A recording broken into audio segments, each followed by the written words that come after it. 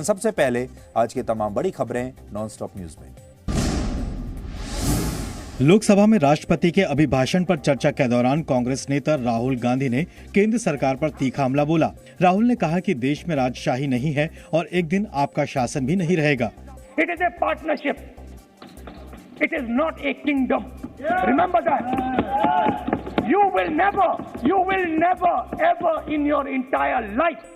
राहुल गांधी ने आरोप लगाया कि केंद्र सरकार ने मैन्युफैक्चरिंग सेक्टर को पूरी तरह खत्म कर दिया है। जो लोग आपका मैन्युफैक्चरिंग सेक्टर बना सकते थे उनको आपने खत्म कर दिया। तो आज हिंदुस्तान में आप मेड इन इंडिया की बात करते रहते हो। मेड इन इंडिया हो ही नहीं सकता। आज बात खत्म हो गई है, क्योंकि मेड इन इंडिया वाले हैं कौन। आधे घंटे से ज्यादा के भाषण में राहुल गांधी ने कई मुद्दों पर सरकार को घेरने की कोशिश की।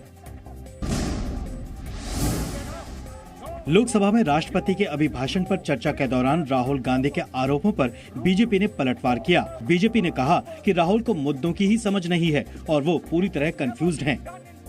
राहुल गांधी स्वयं एक कंफ्यूज्ड आदमी है एंड जो कंफ्यूज होता है वो सहज रूप से ऐसे ही बात बोलेंगे। उन्होंने कहा भारत एक देश ही नहीं है, बार बार उन्होंने ये कहा। बीजेपी नेता दिलीप घोष ने भी कहा कि देश नहीं परिवार खतरे में है। कांग्रेस और गांधी परिवार खतरे में है, ये घुमाकर देश का ऊपर थोपते हैं। केंद्रीय कानून मंत्री किरेन रिजिजू ने भी राहुल पर निशाना साधते हुए कहा कि उन्हें लोकतंत्र पर भरोसा ही नहीं है। Whatever he has said about the Indian judiciary, this will go down as a black spot because nobody has spoken such thing about Indian judiciary.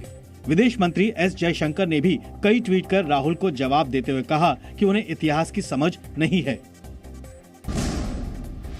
साथियों, आज देश पीएम मोदी ने आज बीजेपी कार्यकर्ताओं को बजट के फायदे गिनाए। उन्होंने कहा कि बजट देश को आधुनिकता के रास्ते पर ले जाएगा। बजट का बहुत स्वागत हुआ है, बहुत सराहना हुई है। किस बजट में देश को आधुनिकता की तरफ ले जाने की दिशा में कई महत्वपूर्ण कदम है। पीएम मोदी ने दावा किया कि बजट का फोकस गरीब और मिडिल क्लास है। उन्होंने कहा कि बीते 7 साल में लिए गए फैसलों और नीतियों की वजह से आज अर्थव्यवस्था का तेजी से विस्तार हो रहा है। 7-8 साल पहले भारत की जीडीपी 1,10,000 करोड़ रुपए की थी। आज भारत की अर्थव्यवस्था 2,30,000 करोड़ के आसपास की है। पीएम मोदी ने जल जीवन मिशन का जिक्र किया और कहा कि इस साल करीब 4 करोड़ ग्रामीण घरों को पाइप से पानी का कनेक्शन देने की योजना है। पीएम मोदी ने एमएसपी का पैसा किसानों के खाते में सीधे ट्रांसफर करने के फैसले की भी तारीफ की और दावा किया कि जल्द ही गांव तक ऑप्टिकल फाइबर्स की कनेक्टिविटी पहुंचाई जाएगी। यूपी में पहले चरण के मतदान से पहले सीएम योगी आदित्यनाथ ने मथुरा का मुद्दा फिर से उठाया है। योगी आदित्यनाथ ने ट्वीट कर कहा कि अयोध्या में प्रभु श्री राम का मंदिर और काशी में भगवान विश्वनाथ का भव्य धाम बन रहा है, फिर मथुरा वृंदावन कैसे छूट जाएगा। बीजेपी नेता और केंद्रीय मंत्री गिरिराज सिंह ने भी अखिलेश यादव को चुनौती देते हुए कहा कि क्या वो मथुरा में भव्य मंदिर बनाने का वादा करेंगे। योगी आदित्यनाथ ने आज मथुरा में एक चुनावी सभा को भी संबोधित किया और समाजवादी पार्टी पर मुजफ्फरनगर में दंगे कराने का आरोप लगाया। 2 लड़कों की जो जोड़ी आई है ना, ये 2 लड़कों की जोड़ी, एक लखनऊ में बैठा था, एक दिल्ली में। लखनऊ वाला दंगा करा रहा था और दिल्ली वाला तमाशा देख रहा था। समाजवादी पार्टी के अध्यक्ष अखिलेश यादव का कहना है कि उनके गठबंधन को जन समर्थन मिलने से बीजेपी घबरा गई है। केवल भारतीय जनता पार्टी को अपनी उपलब्धियां न बतानी पड़ जाएं, इसलिए जानबूझ करके जनता को भ्रमित कर रहे हैं।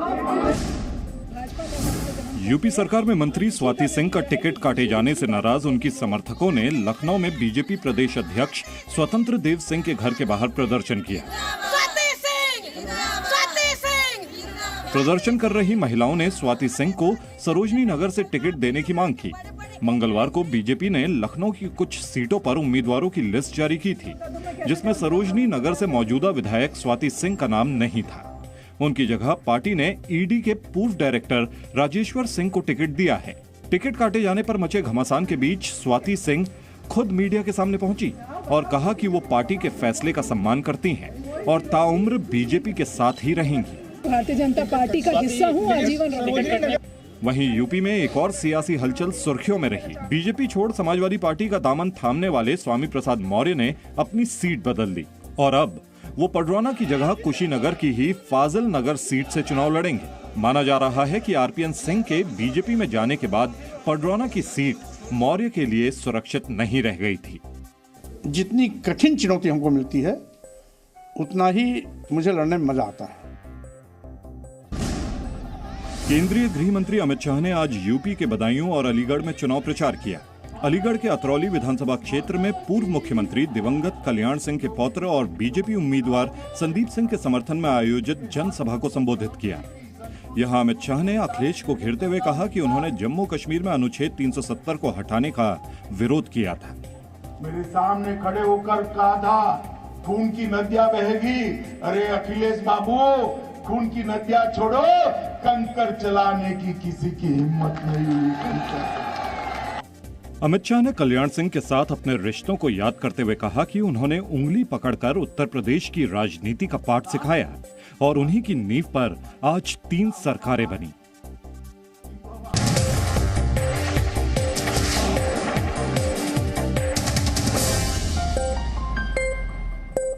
Presenting B News app, available on Google Play and App Store. Download it now.